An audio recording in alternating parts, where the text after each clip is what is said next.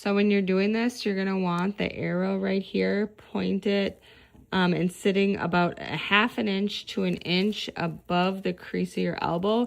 That's gonna sit right over your brachial artery. That will give you the best read. And then everything else is really self-explanatory. You're just gonna press the power button to get started. It tells you what to do, talks to you after.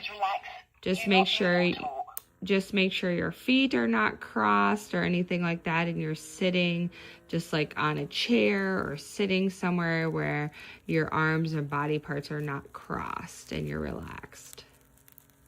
Attention, the measurement is starting. Please relax. Do not move or talk.